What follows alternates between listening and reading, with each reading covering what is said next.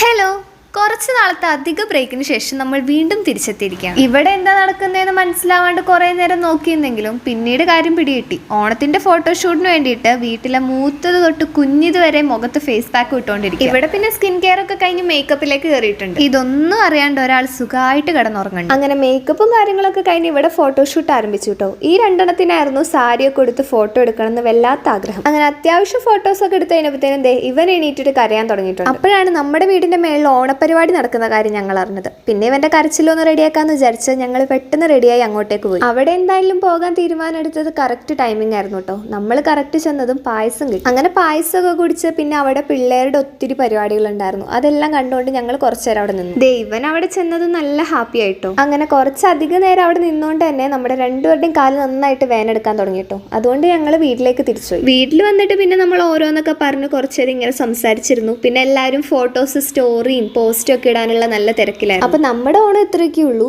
അപ്പൊ ശരി, bye bye.